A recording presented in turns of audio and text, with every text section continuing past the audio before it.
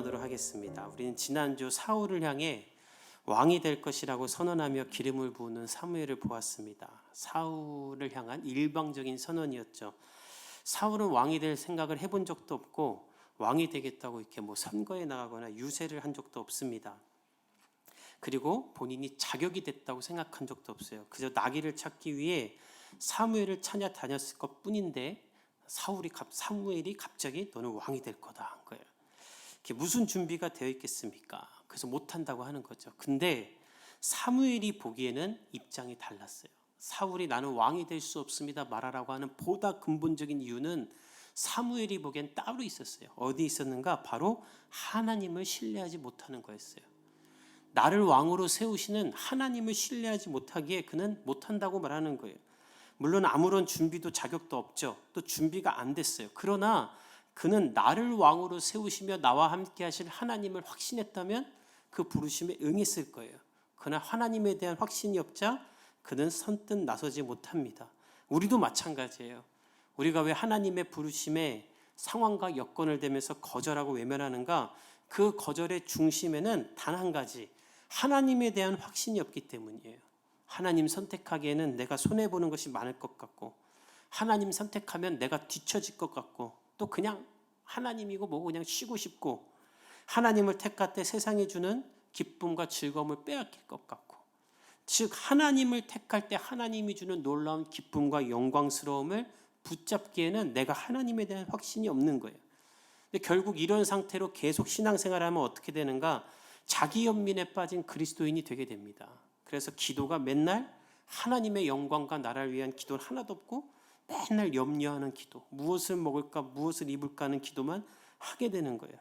그리고 결국 전능하신 하나님을 믿으면서도 자기를 제한하며 영광스러운 하나님에 동참하지 못하고 고작 100년 살다 죽는 거예요. 그래서 예수님은 우리를 잘 알기 때문에 이런 말씀하신 거예요. 너희들 먹을 것 걱정하지 말아라. 하늘의 새를 봐라. 먹고 살기 위해 농사도 짓지 않고 먹이도 모으지 않지만 먹을 것을 먹지 않느냐.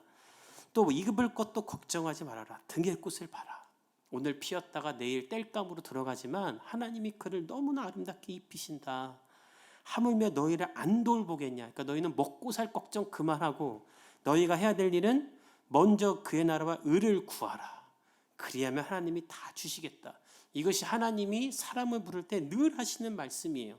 너의 처지로 인해 스스로 제한하며 못한다 하지 말고 나를 확신하며 나와 함께 하나님의 나라를 꿈꾸자. 사무엘은 밤을 새며 사울에게 이런 말을 할 겁니다. 하나님이 너를 택했다. 하나님이 너를 사용할 것이다. 그런데 사울이 끝까지 머뭇거리자 하나님은 사울에게 확신을 주기 위해 사무엘을 통해 예언을 하십니다. 이제 너에게 3가지 일이 일어날 것이다. 집으로 가는 길에 라헬의 묘 앞에서 너에게 나귀를 찾았다고 말을 하는 사람을 만날 것이고, 그 후에는 예배를 드리러 가는 3사람을 만날 것인데 그들이 너에게 먹을 것을 줄 것이고, 마지막으로는 선지자 무리를 만날 것인데 네가 그들과 함께 예언할 것이다. 이런 일을 다 경험하고 나면 이제 너의 삶에 역사하시는 하나님이 있음을 깨닫고 기회를 따라 행하라. 하나님이 너와 함께 할 것이다 라고 말하는 거예요. 그리고 나서 일어나는 일이 오늘의 본문입니다. 우리 오늘 본문 9절을 한번 같이 읽어봅시다. 시작.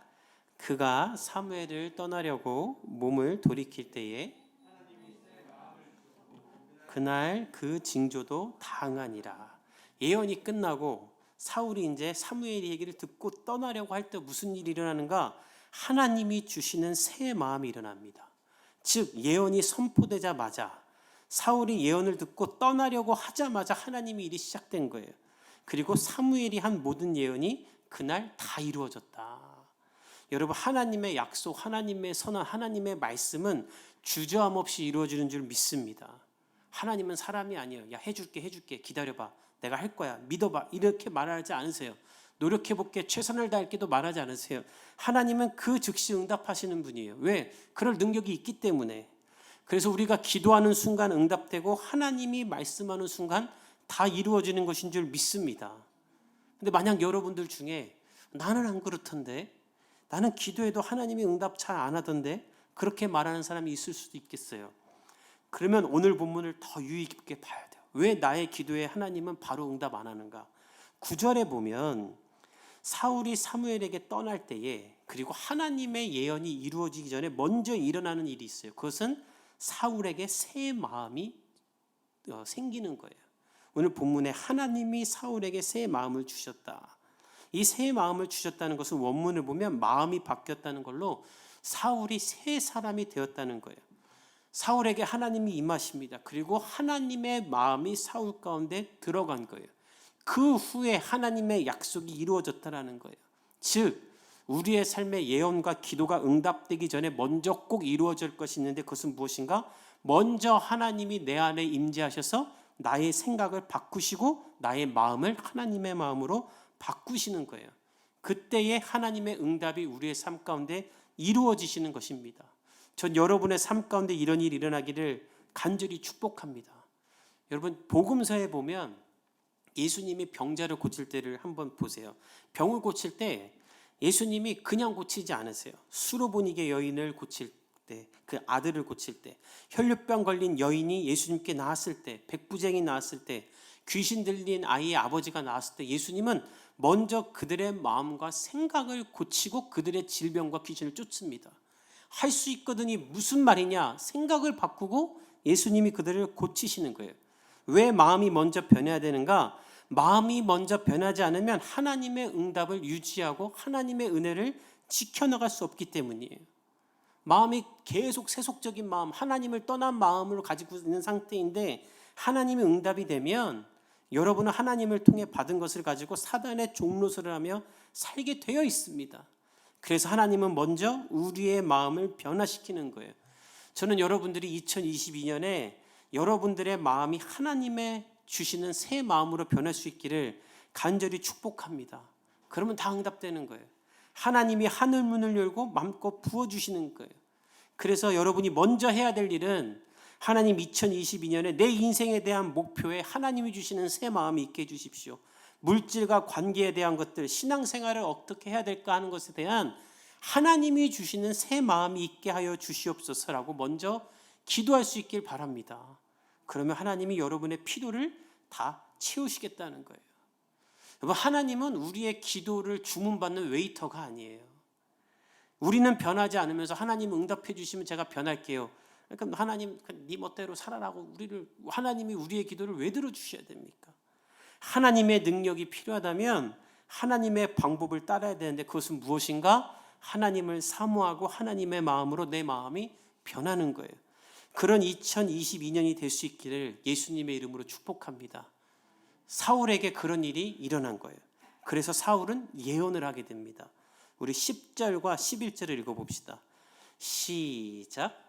그들이 산에 이를 때에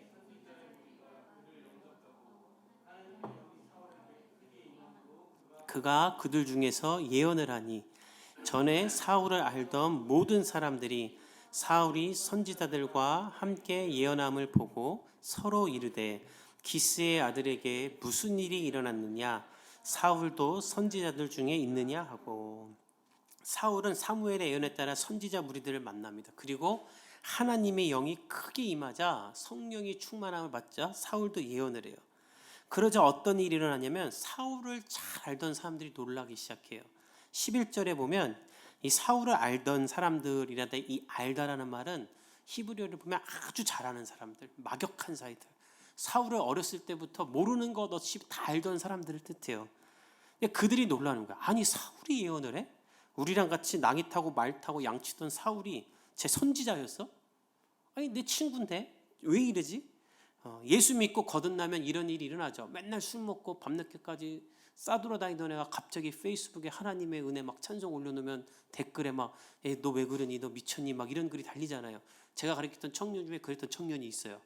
예수님 만나가지고 갑자기 막 성경 구절 올리고 막 이러니까 댓글에 막 너 왜 그래, 너 왜 그래, 너 제대로 이상하게 됐구나, 막 이런 일이 일어나요. 사울도 그런 일이 일어난 거예요. 사울이 선지자였는가? 어떻게 사울이 예언을 하는가? 사울에게 하나님이 임하신 것인가? 사람들은 사울을 통해 놀랍니다. 그래서 이런 말까지 생겨요. 우리 12절과 13절을 읽어봅시다. 시작. 그곳에 어떤 사람은 말하여 이르되, 그들의 아버지가 누구냐 한지라. 그러므로 속담이 되어 이르되, 사울도 선지자들 중에 있느냐 하더라. 사울이 예언하기를 마치고 산덩으로. 사울이 얘기하자 속담까지 생겨요. 이거 교훈이라고 부르는 게 맞는데, 아니 사울도 예언을 하느냐. 사람들이 놀라는 거예요.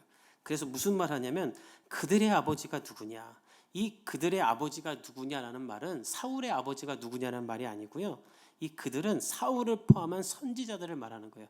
저 선지자들의 아버지가 누구냐. 그럼 그 아버지는 스승을 말해요. 즉 이 12절은 저 선지자들의 아비가 누구냐는 말로 사울도 사무엘의 제자였느냐라는 말이 되는 거예요. 사람들이 사울을 다르게 보는 거예요.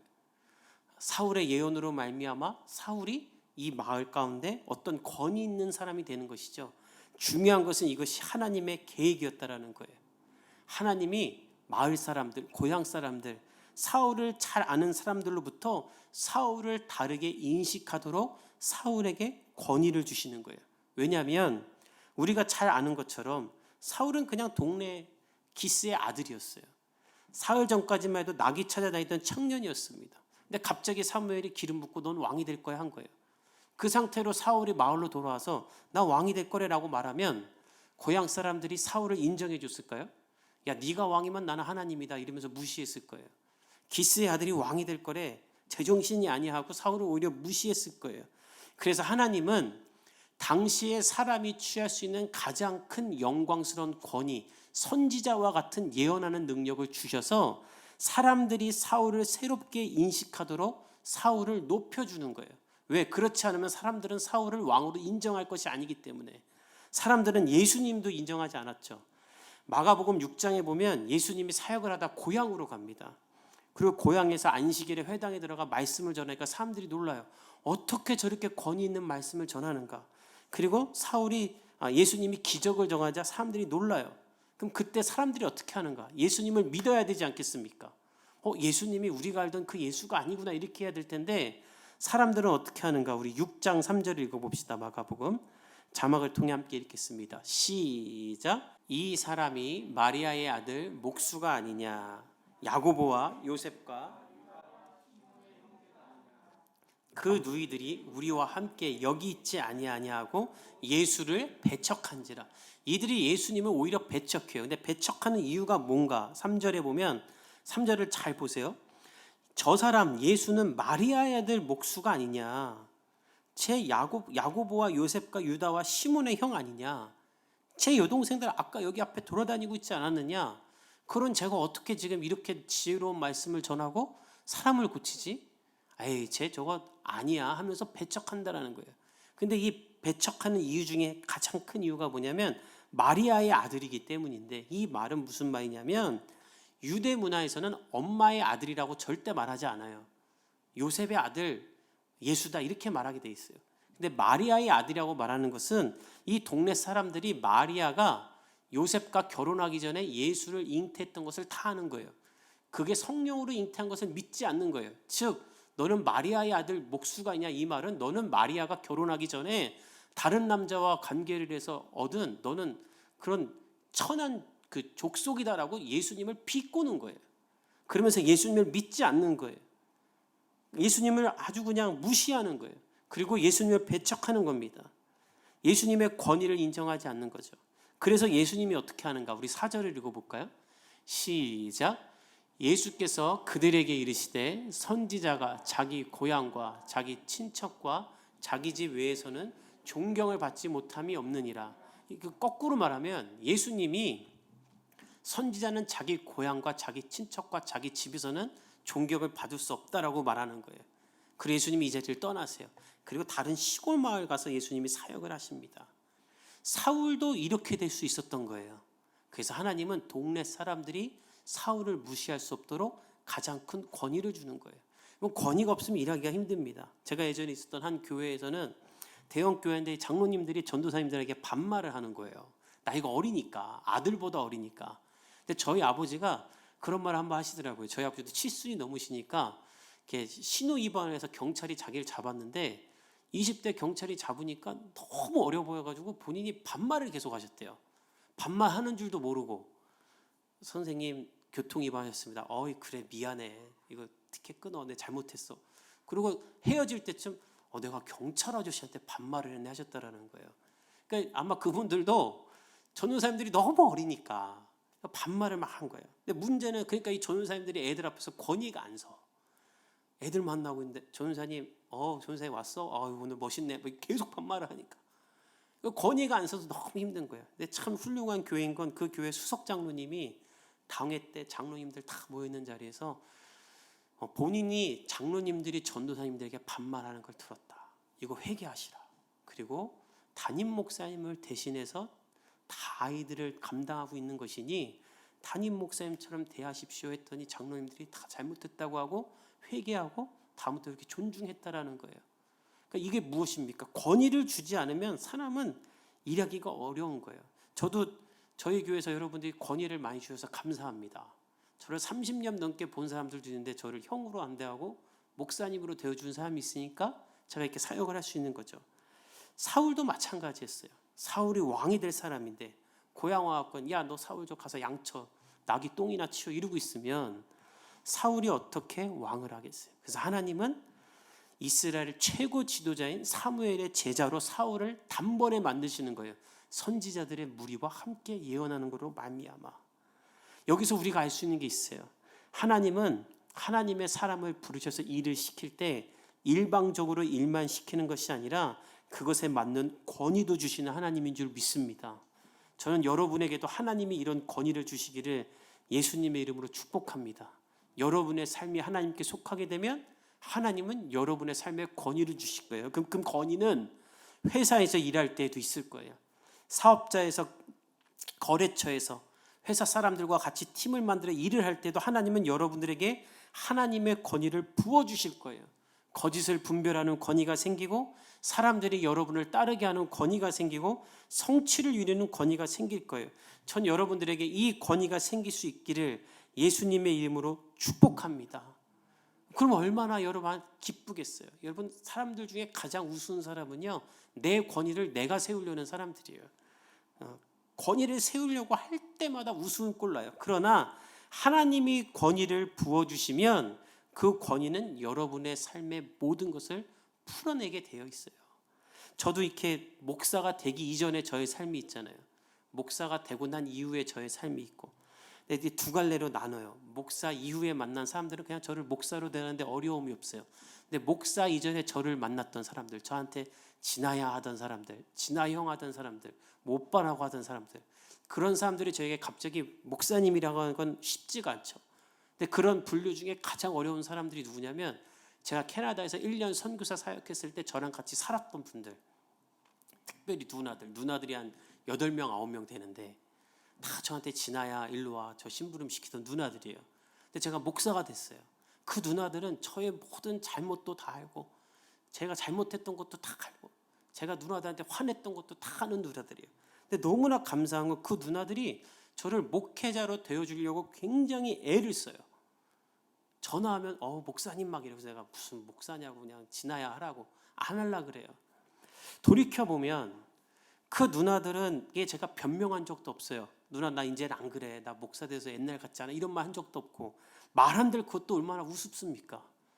근데 그냥 그 모든 과정을 생략하고 누나들이 그냥 저를 목회자로 세워주고 싶어하는 거예요. 하나님의 은혜죠. 이런 것들은 누가 주시는가? 사람이 할 수 있는 것이 아니라 하나님이 일방적으로 부어주는 거예요. 여러분들의 사업장 가운데 사업할 때 회사 가운데 저는 이런 권위가 하늘로부터 임하기를 간절히 축복합니다. 그러면 쉬워지는 거예요. 사울에겐 그 권위가 임하는 거예요. 그리고 사울은 예언을 마치고 이제 산당으로 갑니다. 그리고 또 하나의 사건이 일어나요. 우리 14절부터 15절을 읽어봅시다. 시작. 사울의 숙부가 사울과 그의 사환에게 이르되 암나기들을 찾다가 찾지 못함으로 사무엘에게 갔었나이다 하니 사울의 숙부가 이르되 청하노니 사무엘이 너희에게 이른 말을 내게 말하라 하니라. 사울이 예언을 마치고 이제 드디어 이제 집으로 갑니다. 본문에 보면 산당으로 갔다고 했는데 아마 학자들은 사울의 집이 있는 높은 곳에 있는 그 집 바로 옆에 있는 산당이었을 거다 얘기해요. 그러니까 거기에 숙부가 있었죠. 아버지의 형제. 이 사람의 이름은 아브넬인데 나중에 사울이 왕이 될 때 이스라엘의 군대 장관이 되는 사람이에요. 그러니까 사울과 가까웠던 숙부 같아요. 이 숙부가 묻는 거예요. 너 나귀 찾으러 갔다가 지금 며칠 만에 오는 거냐? 아버지가 너 걱정했다. 그러니까 사울이 지금 3일 동안 뭐 광야로 골짜기로 산으로 나귀 찾아다녔고 하루는 또 사무엘 집에서 잤으니까 나흘 만에 온 거예요. 그러니까 온 집안이 걱정하고 있겠죠. 그래서 물어본 거예요. 너 어디 갔다 왔냐? 그랬더니 사울이 말합니다. 암나귀들을 찾다가 찾지 못해 사무엘에게 갔습니다. 그러니까 숙부가 깜짝 놀라는 거예요. 우리나라로 따지면 뭐 닭 한 마리 찾다가 세종대왕 만나고 왔습니다. 이 정도인 거예요. 사무엘은 이 나라를 완전히 회복한 사람, 단에서부터 브에세바까지 사무엘이 통치하는 걸 온 이스라엘이 다 알았다고 할 정도니까. 그러니까 산골짜기에 사는 마을의 청년이 만날 사람이 아니에요. 근데 사무엘을 만났다 하니까 너무나 놀라는 거예요. 그리고 말하는 겁니다. 사무엘이 너에게 한 말을 내게 그대로 다 말해라. 듣고 싶겠죠. 그때 사울이 어떻게 하는가? 우리 16절을 읽어봅시다. 시작. 사울이 그의 숙부에게 말하되 그가 암나귀들을 찾았다고 우리에게 말하지 아니하니라. 사울은 사무엘이 한 말을 말하라는 숙부에게 나귀를 찾았다, 나귀를 찾을 수 있게 해줬다라는 말만 하고 그 다음에 사무엘이 말하던 나라의 이름 말하지 않아요. 여러분 왜 말하지 않았을까요? 숙부가 다 말하라고 했는데 중요한 이유가 본문에 있어요. 본문을 잘 보면 사무엘이 말하던 그 나라의 일을 말하지 않았다 그래요. 이 나라의 일이 뭡니까? 사실 사울의 일이에요. 내가 왕이 될 거라는 일. 근데 사울은 이것을 나의 일로, 개인에 국한된 일로 여기는 것이 아니라 국가의 일, 하나님의 일이라고 생각하는 거예요. 그래서 이 말을 함부로 발선하지 않기 위해 말하지 않는 거예요. 굉장히 신중한 사람이죠. 그는 이 사건이 나 개인에게 국한된 것이 아니라 개인과 국가와 공동체 일이라고 생각하기 때문에 신중하고 조심스럽게 말하고 있는 거예요. 저는 아마 이렇게 신중한 사람이기 때문에 하나님이 그를 초대 왕으로 세우셨다고 생각해요. 만약 그에게 이런 성숙함이 없었다면 그는 아마 숙부가 물어보자마자 숙부 저 이제 왕이 될 사람입니다. 저한테 잘하십시오. 제가 한 자리 드리겠습니다. 이제 우리 가문은 끝났습니다. 이러고 다니지 않겠습니까? 우리나라 정치인들이 하는 짓이죠. 근데 사울은 그렇게 하지 않아요. 그리고 하나님의 일을 온전히 이루기 위해 신중하고 질수 있게 말을 조심하는 거예요. 저는 우리 가운데 이런 성숙함이 있을 수 있기를 예수님의 이름으로 축복합니다. 여러분 좋은 일 한다고 옳은 일 한다고 신중하지 않게 독단적으로 하면 좋은 일이 안 해도 될 일이 돼요. 제가 예전에 있었던 교회 중에 예술가로 활동하는 분이 있었어요. 근데 그 교회 한쪽 벽이 이렇게 우리 교회처럼 벽이 벼 있었는데 그 벽에다 교회는 뭘 하려는 이유가 있었어요. 근데 이분이 이 벽이 벼 있다고 아무에게도 말 안 하고 여기다가 이렇게 못으로 박아갖고 십자가를 만들었어요. 교육자들이 쿵쾅대는 소리가 나서 갔더니 예술 작품을 만들었어 교회 벽에다가. 근데 온 성도가 다 좋아해. 너무 이쁘니까. 그래서 사진 찍고. 교육자들은 심령이 터지려고 그래요. 거기 할 게 있었는데 좋은 일 한 거죠. 아주 교회 예술 작품 만든 거죠. 그러나 해선 안 된 일을 한 거예요. 제가 예전에 또 교회에 있을 때 이런 일은 교회 너무나 많아요. 디퓨저 사업하시는 분인데 말도 없이 자기 디퓨저를 교회에다 다 갖다 놨어요. 그러니까 교회에 좋은 향기 나게 하겠다고. 문제는 너무 많이 갖다 놓으니까 새벽 예배 기도하시는 분들이 기도하는데 머리가 아파서 기도를 못 하겠다고 교육자들에게 치워달라는 거예요. 근데 이거를 갖고 왔는데 버릴 수도 없고 다른 사람들은 머리 아프다고 그러고 좋은 일을 하지만 자기 알아서 하는 거는 좋은 일이 아니에요. 사울은 좋은 일이잖아요. 우리 집안에 경산할 일이고. 그러나 자기가 하는 말이 이 일을 그르칠 수 있기 때문에 그는 말하지 않아요. 우리가 보고 있는 이 사무엘 상이 어떻게 시작됩니까? 자기 좋은 대로 소견대로 하는 사람들이 거하던 시대죠. 그 결과 하나님은 그들에게 나타나지 않으셨고 블레셋에게 고통을 당했습니다. 하나님은 그때 사무엘을 세워서 그들이 자기 소견이 아니라 하나님의 뜻에 따라 살게 만들었고 이제 초대 왕으로 사울을 세울 것입니다. 그러면 사울도 내 뜻대로 내가 생각하기에 옳은 대로 하는 것이 아니라 신중하게 하나하나 하나님의 뜻대로 행하는 사람이 되어야겠죠. 사울이 그렇게 하고 있는 거예요. 저는 우리도 이런 성숙함을 배울 수 있기를 축복합니다. 말씀을 맺겠습니다. 한 주간 여러분의 삶 가운데 하나님이 주시는 새 마음이 있기를 간절히 바랍니다. 그 새 마음으로 말미암아 여러분이 신중하고 성숙한 사람이 되길 바라고, 그 하나님이 주신 새 마음으로 말미암아 이 세상을 이겨낼 권위와 능력이 있기를 축복합니다. 만약에 우리가 그게 갖춰진다면 하나님은 우리 가운데 기도의 모든 것을 응답하시는 전능하신 하나님으로 임할 것입니다. 또 성숙한 사람이 되기 위해 우리 애씁시다. 내 뜻대로 하는 게 아니에요. 여러분, 이 세상에 능력 있고 돈 많은 사람 넘쳐납니다. 그런데 성숙한 사람이 없는 시대예요. 다 제멋대로 하면서 나를 존중해라, 개인을 존중해라. 하나님은 그런 사람을 사용한 적이 없어요. 여러분, 제가 지난주에 본 충격적인 뉴스는요, 이제 우리나라는 동성애를 넘어서 강아지를 안수기도 하는 교회도 생겼어요. 우리나라에 강아지 장례식도 치러주는 교회. 인터넷에 쳐보세요. 저는 그걸 보고, 야, 이제 갈 때까지 갔구나. 이제 강아지 장례도 치르고. 그러면서 하나님은 다 모든 걸 창조하시는데 왜 강아지를 사랑하지 않겠냐는 거예요. 뭐 맞죠. 그리고 강아지도 영혼이 있대요. 뭐 있을 수도 있다고 쳐요. 근데 여러분, 중요한 건 예수님은 강아지를 위해 죽진 않으셨어요. 그런 말 안 해요. 근데 왜 그걸 할까요? 사람들이 좋아하니까. 개를 키우는 사람들은 개가 가족보다 소중하니까 그 마음 해결해 주겠다고. 그때부터 교회는 하나님이 말씀하지 않을 거예요. 저희 교회에 강아지 데리고 와서 저한테 기도해달라고 하는 사람 없기를 축복합니다. 절대 그런 일 안 할 거예요. 여러분, 하나님은 그래서 이때에 기준이 될 만한 사람들을 세우기 원하시는데 저와 여러분이 될 수 있기를 간절히 축복합니다. 기도할 때 주님, 내가 성숙한 사람이 되어서 주의 부르심에 쓰임받는 사람 되게 하소서. 하나님이 우리 교회와 여러분들을 그렇게 사용하실 줄 믿습니다. 우리 함께 기도하겠습니다.